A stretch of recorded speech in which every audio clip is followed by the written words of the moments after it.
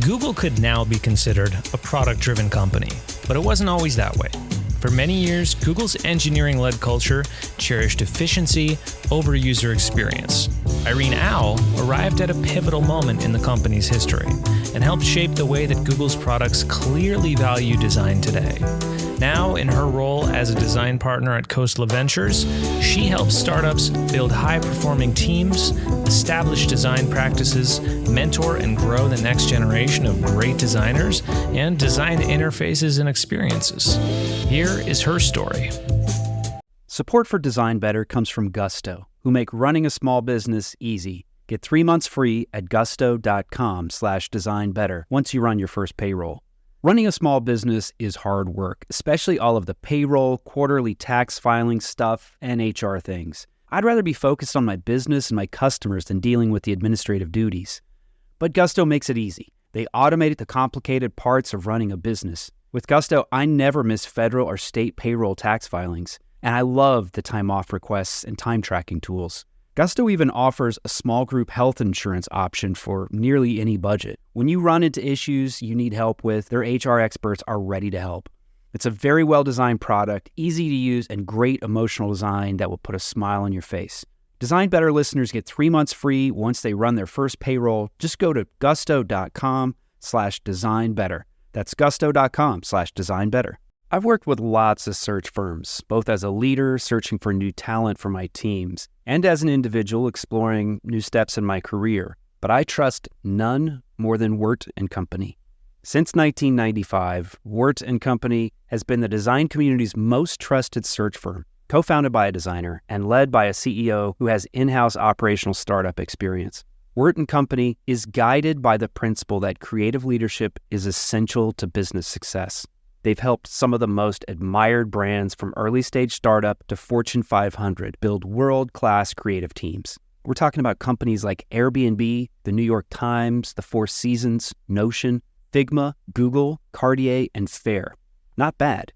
If you're looking for a partner to help you find the right person for a critical role, look no further than Wirt & Company. And if you're looking for your next design leadership role, Wirt & Company will guide you through the process as a friend and a champion throughout your journey. They take the time to get to know you, to understand what you need professionally and personally. Whether you're looking for your next role or your next team member, Wirt & Company can help you find a meaningful relationship. Visit wirtco.com to learn more and get in touch. That's WERTCO.com. Irene Au, design partner at Khosla Ventures. Thanks so much for being on Design Better. Oh, thanks for having me. So you've got a pretty incredible, I'd say a storied career in our industry. You've been at Google and various other places and had a pretty big influence on the way design organizations are shaped. Can you just walk us through the journey you've been on the past 10, 15 years? Sure. Actually, my career probably started earlier than that. But my background's in human-computer interaction, and then before that in electrical and computer engineering. I started my career as an interaction designer at Netscape, working on the world's first commercial web browser and mail and news client and page editor and things like that. And then I joined Yahoo in 1998, where I brought user-centered design practices to Yahoo. They were kind of moving from being a web directory to a service that offered web applications and services. And they really wanted to bring in this kind of skill set to make their products easy to use. And so I ran Yahoo's design team for 8 years, built up the user experience and design practice there. And then I joined Google in 2006, where my role was essentially the same as what I had at Yahoo, but it was just working at Google, which in many ways was like the bizarro land of Yahoo, the opposite in so many ways. And in 2012, I left Google. I ended up joining Udacity and also working as an entrepreneur in residence at Trinity Ventures. And then 2 years after that, I joined Khosla Ventures. That was in 2014. Interestingly enough, I had been talking to Khosla Ventures even back in 2012 about joining as a design partner, and probably would have been the first of the kind in the industry there. But at the time, I just felt like it wasn't the right opportunity for me.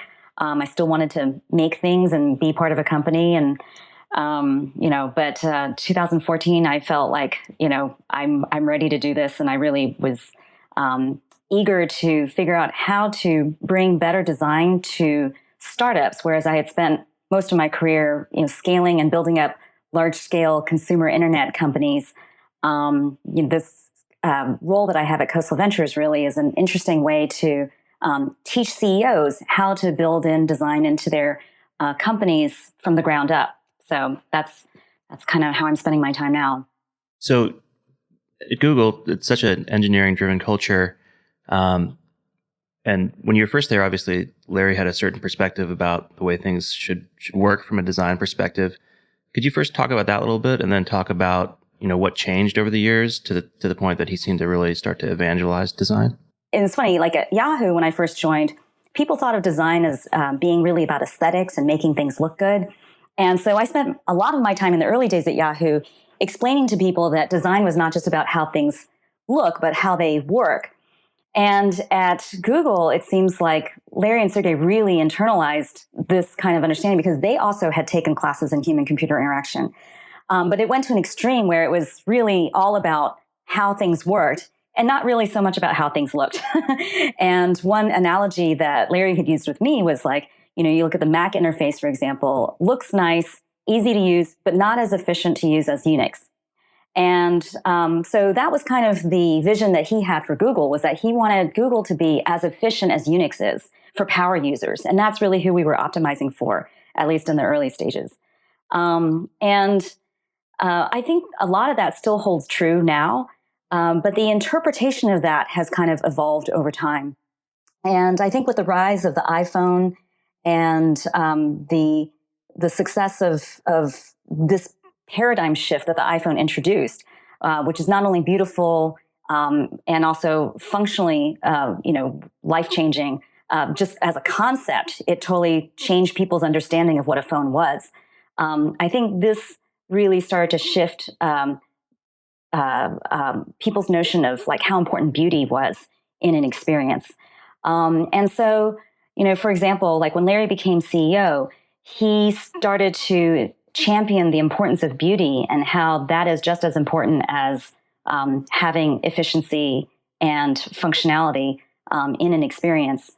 But he made a comment at one All Hands about white space. So, for example, whereas before we eschewed white space because we wanted to cram in as much information as possible, he pointed out that sometimes white space can be really valuable because it helps you better understand what to focus on. And you think about, I think it was John Coltrane, the musician, who said, the music is the space between the notes. I think that is often taken for granted in a lot of different ways in life. And so it was really wonderful to see Larry point that out to the rest of the company, because that was really the beginning of a shift in the attitude and the company's understanding of what we were really going for. Google's such an interesting example of evolution of the industry. You describe this Unix interface for the power user, which is great, to be super efficient. But once you've got a much broader user base, the design philosophy or the values of a product really have to shift, because it's got to work for a lot of different people with different mental models. Can you talk a little bit about that, of how product values and mental models can really influence your approach to design? Yeah. It's interesting because Google has always really targeted the early adopter of technology. And the thinking was that the world is going in this direction. And so if you target the early adopter, eventually everybody else will come along. And this is very different from how most people think about design, because, at Yahoo, for example, the conventional wisdom was that we should target the widest audience possible. But that really hindered innovation at Yahoo, in my opinion, because, for example, when things like dynamic HTML came out and things like that, we were scared to embrace it because we were worried about turning away all these users who were using old browsers. Whereas at Google, the thinking was, well, we should push the envelope and force people to upgrade, so that we can offer better experiences. Like, why hold back people when technology is going in this direction anyway? So that is a really interesting approach. It was very controversial too, at least in the early days, but I think people get it now. I think people understand that. So it's interesting, seeing this transition at Google, and it sounds like when you joined Google and you're coming from an HCI background, coming from a design background, you must have felt like a fish out of water, especially coming from Yahoo, where design is on everyone's lips, and you come into a very engineering-driven place where the values of the company they're really quantitative values, not qualitative. How do you deliver that message in what could be a hostile environment of design is really important, and design's not just about the way something looks, but it's also the way it feels. It's also about how well it works for people, if it's usable and learnable and so forth.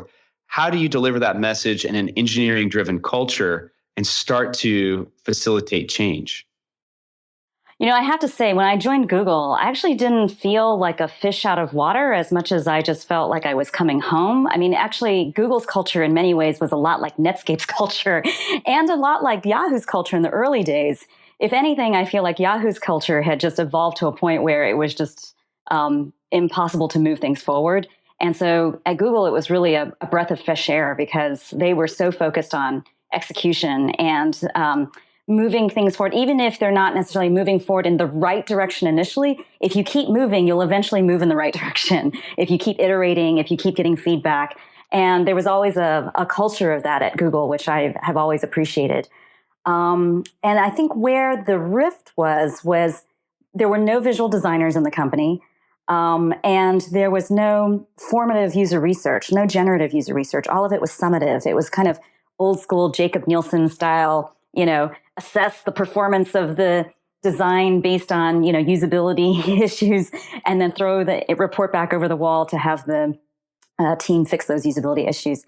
And I was really trying to change the way products were conceptualized and it's one thing to build amazing technology, but that technology and all that analysis of the data and whatnot has to be directed towards an empathetic user experience. And so for me, I felt like the place to start was in building greater empathy for users from the beginning, and do that kind of at scale.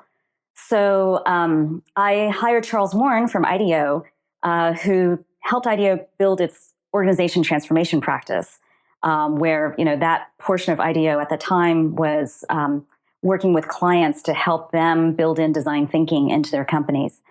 So Charles had kind of productized this, kind of design sprint. And so it's really like taking people through a design thinking process in a very methodical way that's repeatable, reproducible. And what we wanted to do was to turn every engineer, every product manager into a design thinker, so that all products could be conceived with an understanding of users in mind and their needs up front, rather than like, oh, what kind of cool technology can we build? And then figure out like, okay, how do we make this neat prototype look better so that we can launch it and see what happens? So that was really the first place to start, which required formative user research, which sounds obvious now, but very controversial at the time, because there was this thinking that design and research should be very separate from each other, because otherwise you might destroy the integrity of the research, or if the designers are working too closely with the researchers, which I thought was kind of the very opposite of where I wanted to go. I wanted to blend the two more closely together so that they were joined at the hip, and so that design, product, and engineering could all operate in a way that's informed and influenced by an understanding of what people need. So those were some of the early things that we tackled. So how did, you're in this culture that's very performance driven and they want to see results. How do you kind of sell the whole user focused design thinking approach to people who have, they want to see the data behind it? As much as people want to see data, like qualitative user research is another form of data. I've heard people dispute the validity of qualitative user research because it's not at scale. It's not large scale. It's not scientific. But qualitative user research tells you the why behind the what, and is just as valuable. It tells a deeper story beyond just what the numbers tell you. And so it's just as an example, it's like if you only look at time spent on a particular page or a feature or whatever, like you don't really know what's going on. Like, are they spending a lot of time there because it's really interesting and engaging? Or are they spending a lot of time on that page because they're totally confused about what to do next? So qualitative research can tell you like a deeper story around what's going on there. And so, whereas people might be skeptical initially, I think people are very easily turned and engaged when they start to see the compelling stories, whether that's in the form of videos or taking people out into the field and having them witness it themselves. So that's kind of the approach that I've always taken, is to engage stakeholders, very personally, so that they can relate to the people that they're building for. Irene, earlier you were talking about OKRs, which are a really important thing at Google. It's about accountability and people having clarity of what's expected of them. And that's started to become a really popular thing in other companies as well. How does that fit into design culture? The idea of having specific key results that we're supposed to achieve with design. Does that fit comfortably? Is that a great way to operationalize design at scale to make sure everyone has clarity and accountability? OKRs are interesting, and I think they're a very effective tool for clarifying what a team is trying to do. In an organization where you have like functional alignment, so like all the designers reporting up into a design team, and then you've got product managers and then engineers reporting up into separate teams, and they're all matrixed in. It can get really tricky because on one hand, you have the cross-functional group that's trying to deliver a product. They should have OKRs that are centered around delivery. But then oftentimes the functional organizations also have OKRs. And so, it's like, how do you align those different objectives up with each other? And so when you have a decentralized organization, I think it becomes a little bit more clear. Like if you are the YouTube team, the whole YouTube organization has OKRs, and that applies to product engineering and design. And then it cascades from there. So then when it goes down to an individual designer and their OKRs, it's going to be really about like, what am I going to do this quarter to help the company deliver on this project? Centralized or decentralized, I think they're really important, and they only work if it's really, if people understand what the intention is. What is it that the company or the team or the organization is trying to do? What are they trying to accomplish? And so once that intention is clear, then the actions that people take to deliver on that, to move in that direction, becomes a little bit easier to identify. Support for Design Better comes from Gusto, who make running a small business easy. Get 3 months free at gusto.com/designbetter once you run your first payroll. Running a small business is hard work, especially all of the payroll, quarterly tax filing stuff, and HR things. I'd rather be focused on my business and my customers than dealing with the administrative duties. But Gusto makes it easy. They automate the complicated parts of running a business. With Gusto, I never miss federal or state payroll tax filings, and I love the time off requests and time tracking tools. Gusto even offers a small group health insurance option for nearly any budget. When you run into issues you need help with, their HR experts are ready to help. It's a very well-designed product, easy to use, and great emotional design that will put a smile on your face. Design Better listeners get 3 months free once they run their first payroll. Just go to gusto.com/designbetter. That's gusto.com/designbetter. Support for Design Better comes from Factor, America's #1 ready-to-eat meal delivery. Design Better listeners can save 50% on their order at factormeals.com/designbetter50. Use the code designbetter50. You know what happens at my house when things get really busy? In the evenings, we turn to takeout, which can be expensive and it's not very good for our health. Lately, we're making a better choice at crunch time.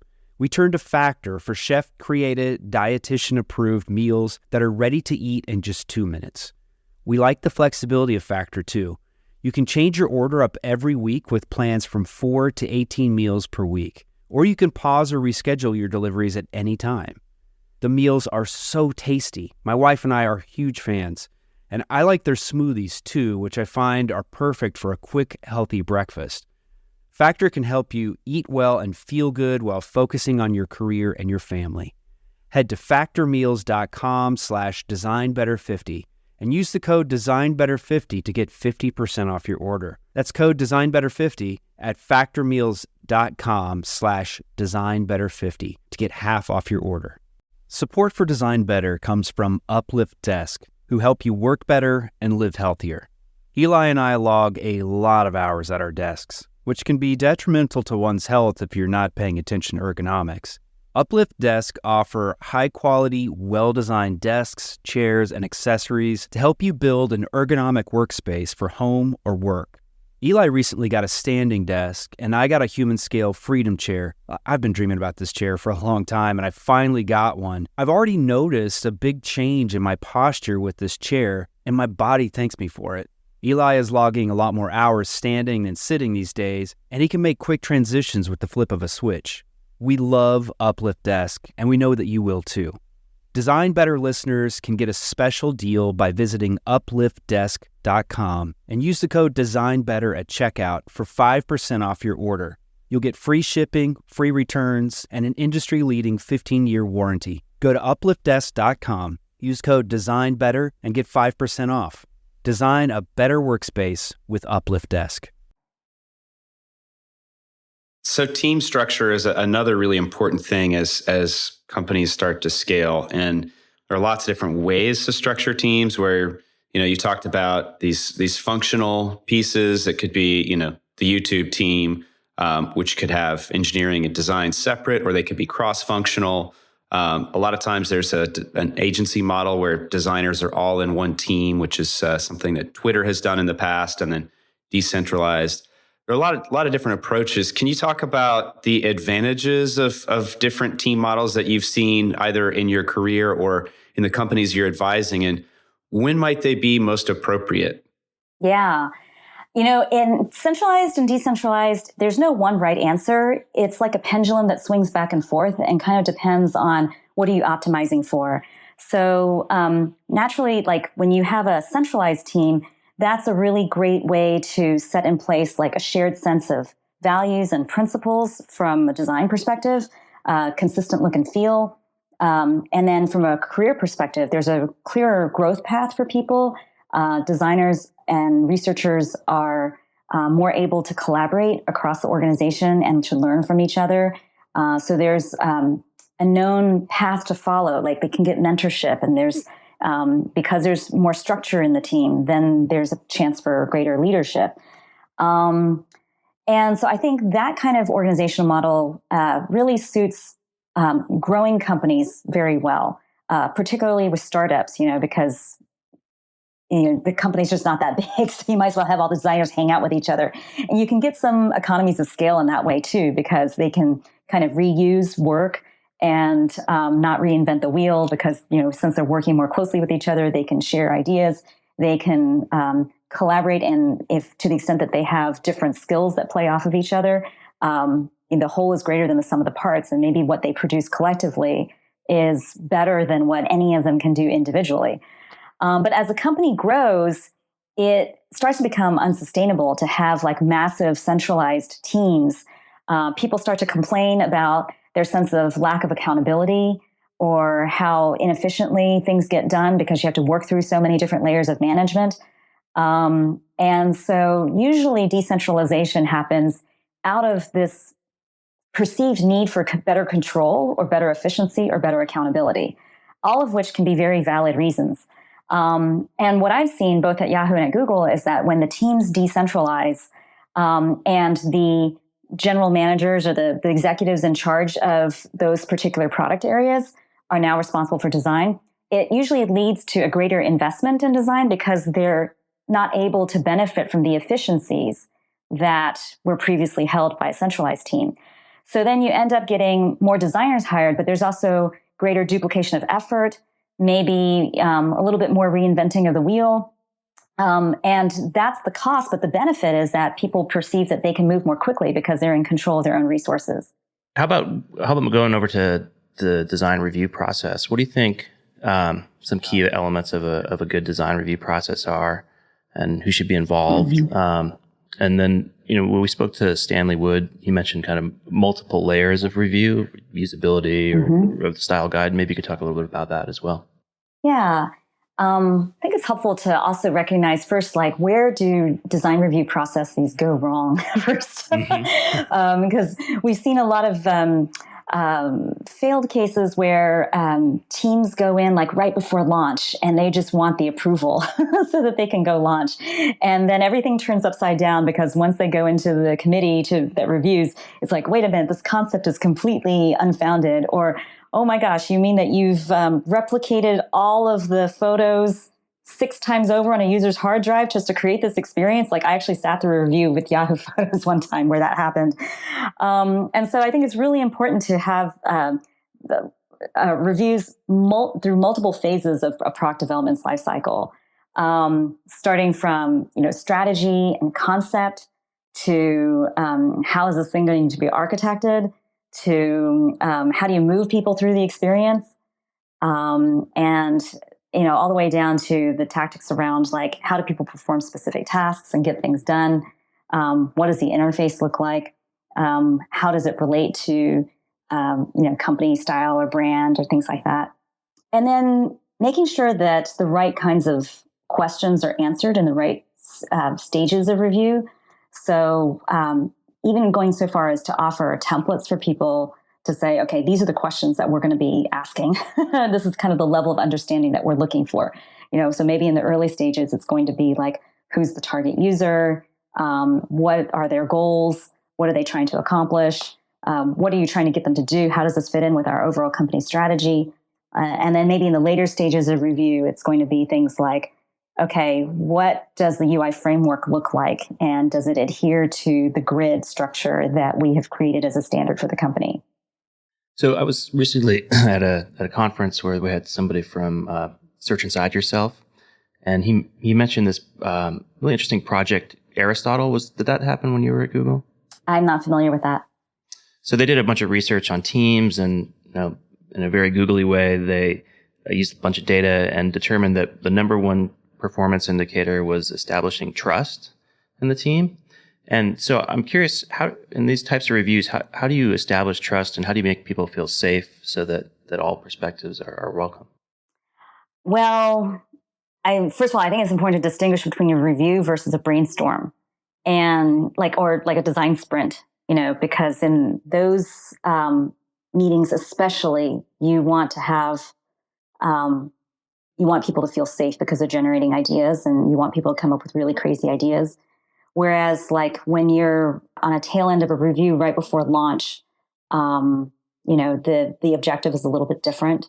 At the same time, you want to have constructive criticism at any phase and stage, and some creative conflict. So that means that if people feel too safe, maybe they don't feel like maybe they're not motivated to deliver and push themselves. On the other hand, if there's too much tension, then maybe people don't feel like they can come up with interesting and new ideas. So like in the earlier stages, when we're generating a lot of ideas, we will explicitly say, like, this is a period when we are just going to the objective is to come up with as many ideas as possible. And we are not judging the ideas now. We're not judging you personally, and we're not judging the ideas. And it's really important that whoever is facilitating the meeting is really on the ball when it comes to this, because inevitably somebody will blurt out like, oh, I think that's a terrible idea when somebody comes up with something crazy. And it's really important for the facilitator to kind of, corral that back in and say, thanks for sharing your opinion, but this is not the time and place to do that. We're going to be sharing our judgments later during this other review period or this other phase of the design sprint or whatever. So it's really important for the facilitator to hold the space in an appropriate way.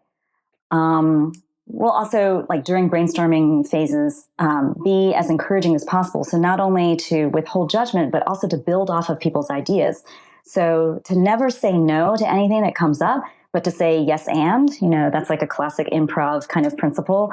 So that you're saying, yeah, that's a great idea. And what if we also did blah, blah, blah, blah, so that you're building off of each other's ideas and not shooting anybody down. And again, that's very important in the formative stages and the brainstorming stages. And then later when we're editing and we're trying to figure out how do we converge down to the 2 or 3 ideas that we'll actually pursue and try, then that's the time to kind of be more critical and to say, well, this one has its pros and cons because of these reasons. This one has its pros and cons because of these reasons. And I think it's also really, really important to lay those out very clearly, pros and cons of option A, pros and cons of option B, C, et cetera, so that people can make informed decisions in a balanced way. Irene, you've probably hired a lot of people over the years and looked at a lot of different skill sets, a lot of different resumes, but to what extent is EQ and soft skills, how important are they to being able to build really great products? Oh, extremely important and often overlooked more so than they deserve. In my experience, EQ has really determined whether somebody is an okay designer to whether somebody is a really great designer. Because a lot of times it comes down to how present can they really be when they're collaborating with others and when they're making? How empathetic can they be with not only the people that they're designing for, but also with other stakeholders to be able to understand other perspectives so they can negotiate and communicate with them effectively. There's also the importance of being able to receive feedback and to reflect on oneself to see how can I be better and how can I make this thing that I'm creating be better. And so if you have a lack of self-awareness or an unwillingness to look at yourself, that's going to be career limiting in the long run. So I spend just as much time interviewing people for their EQ as much as I do for their IQ and for their hard skills.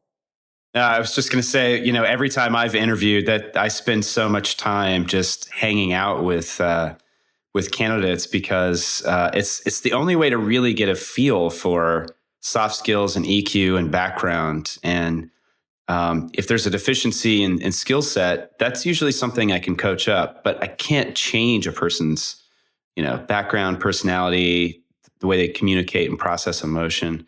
That's all on them. Yeah, exactly. That's exactly right. And I've developed some specific questions in interviews just to be able to try to assess their self-awareness, self-reflection, social awareness, because those are so important. How well do they manage difficult situations? How well do they negotiate with other stakeholders when there's a conflict that arises? Do they ever think about how would I make this better? And what exactly would that look like if they had more time? How would they improve the product? So those are all indicators that kind of reflect on their EQ. It's wonderful. So, you see a lot of companies in your current role at Khosla. What are some of the companies you're seeing that are really embracing design and doing amazing things? So Khosla Ventures is really interesting because Vinod really loves design and cares about design. So we've invested in some companies like Square, for example, that really gets design up front. But we also have companies in our portfolio that may not be well-known consumer brands, but are amazing design-focused companies. And Nutanix is one of the companies that I'm most excited about because the CEO, Dheeraj Pandey, really understands that in order for that company to be successful, and they build data center infrastructure, hardware and software. And so it's one of the last companies you would think really needs good design. But actually, that insight is they're so design focused, not just on how it looks, but why are they building what they're building? So they recognized that they could automate more.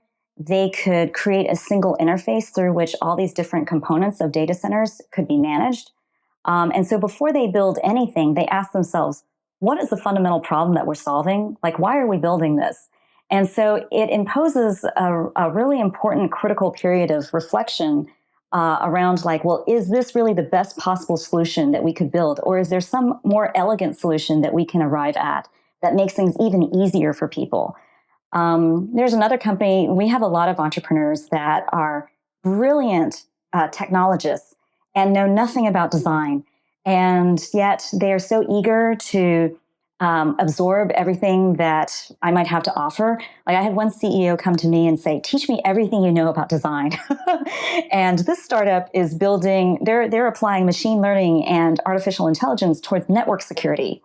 So it's like another domain where it's like you wouldn't really think that design has a huge role in this, but he's so eager. And this is one case where the best impact that design can have, it really is in instilling a culture of design thinking into the company so that they're focusing on the customers first.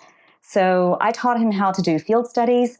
We went and talked to target customers that we had identified and tried to understand, like from a chief information security officer's perspective, like what does their daily life look like and what are their pain points? And all of that kind of fed into a design sprint that I led with them, which really resulted in a conceptualization of like, okay, well, these are the possible things that we could do as we direct our technology towards solving these problems. So these are just a few examples of how I've been working with startups in our portfolio.